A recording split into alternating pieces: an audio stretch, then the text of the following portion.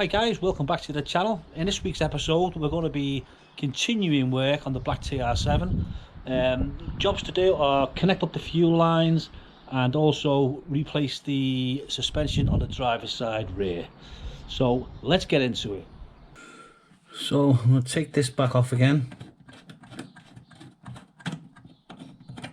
like so, because I actually managed to get some nuts, locking nuts for the hose.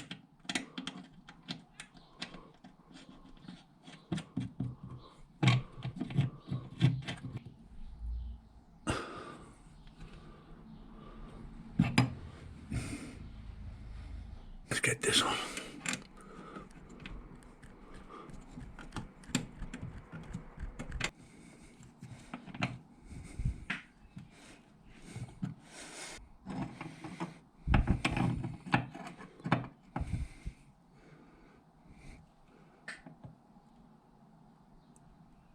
I think that should do it.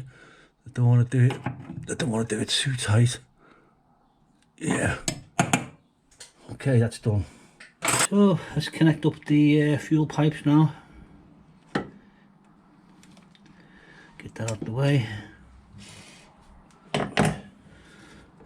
Hopefully this will fit okay. We will soon find out.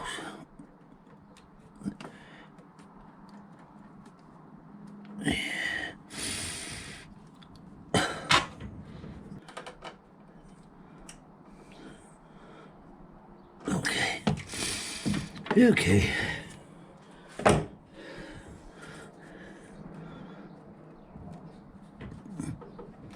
Okay.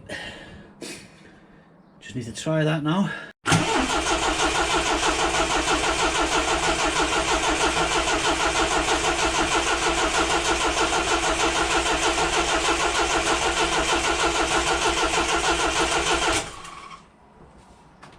So I just emptied a jerry can into her, so she's got, what, 20 litres of fuel in there now, which is plenty. Still no leaks anywhere. I'll just give it a quick crank. We're getting nothing. I'm going to check the spark plugs.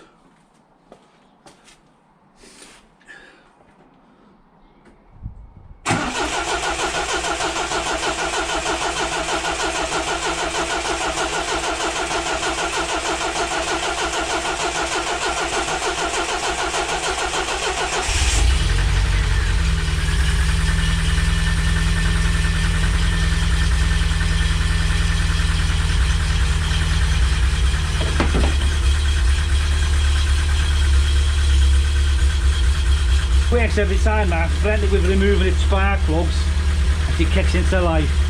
She's just playing with me. Sounds alright now.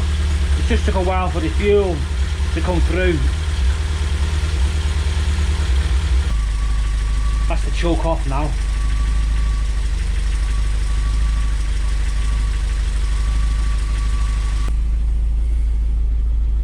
Fuel gauge is working. It's showing just under quarter full, which is probably right. It's got 20 litres in it now. Happy days. Right, let's get these wheels off.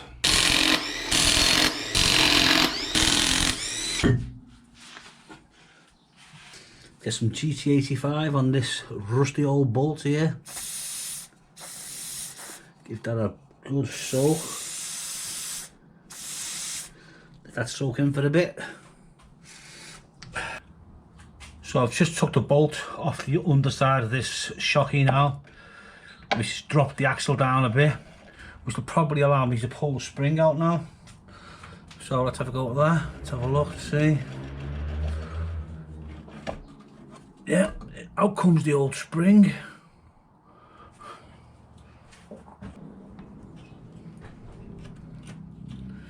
Get the old rubber off.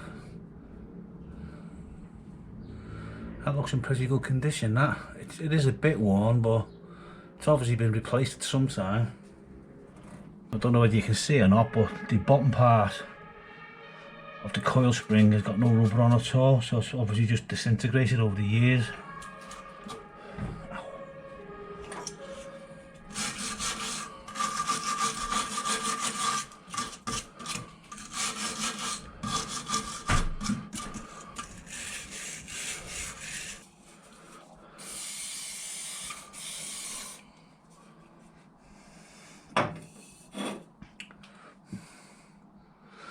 So before I take the tie bar off on the lower arm, I'm going to get my crowbar in there and just try them to see if there's any play in them.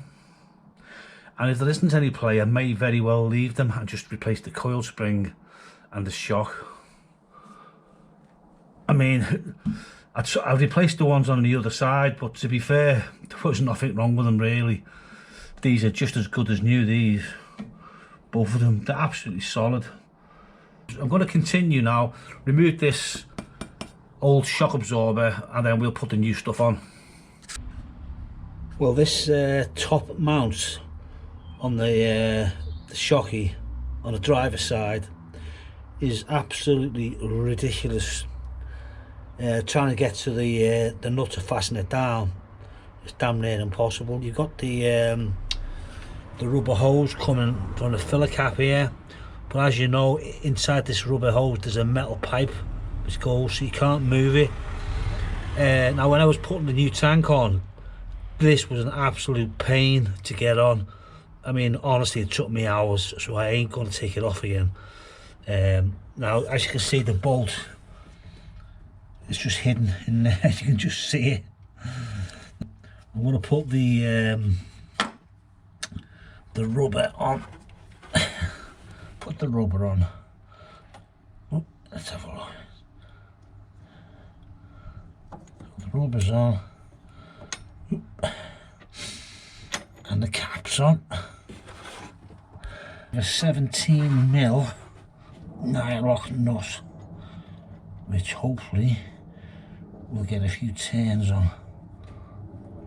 Now, I have a 17mm stubby spanner, which I'm going to try and wedge on somehow. Let's have a look. I'll try and get it on without it falling off.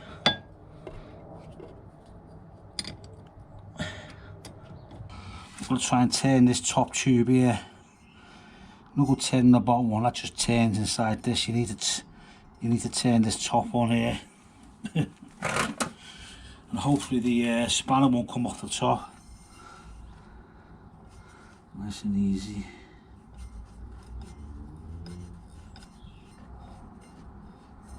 Yeah, it's definitely entice it.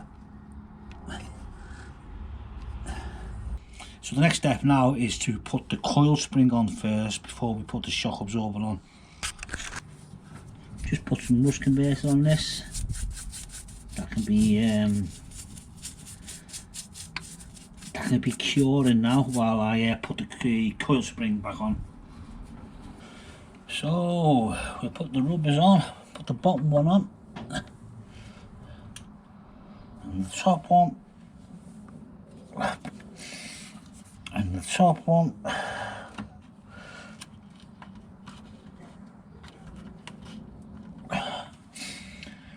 Now hopefully we can get this spring in without too much trouble.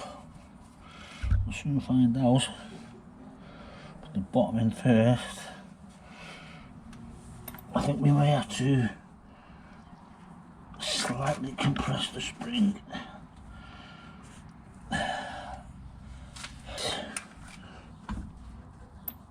And that's it. And she's in. Whew. The shock absorber is probably, I don't know, what, 3 or 4 inches away. So we're going to have to get the jack under the axle, jack the axle up and pop the shock in. So we'll do that now. So we need to jack this up now.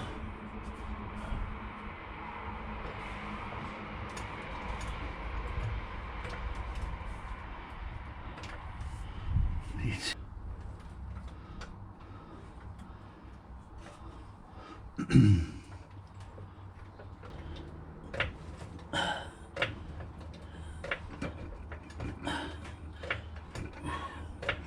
Pull the shocky down now, like so. That's it.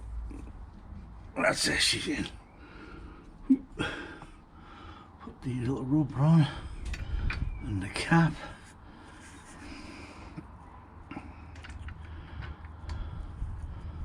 And nut on, like so. tighten this nut up on the shocky. The shocky has two flats either side of the thread. I think I set this earlier on. It's a 1/4 inch, fits really snugly.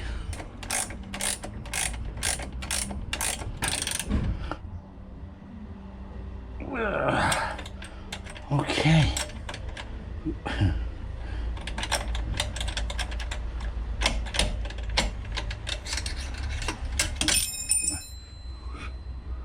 So that's that done. Well, I can tell you that was not easy at all. I must have been on that for over an hour. One nut, one little nut. In the end, I used these miniature vice grips, mole grips even, whatever you call them, and I managed to clamp the top of the flats and then wedge this against the bodywork, and then using a 17mm stubby screwdriver I managed to get probably, I think, about 1/4 of a turn at a time. So that took about, I don't know, 15-20 minutes just to tighten the nut up, but it is rock solid now. Thank God that's done. They couldn't have made that any more awkward, really. Anyway, never mind. These things are meant to try us.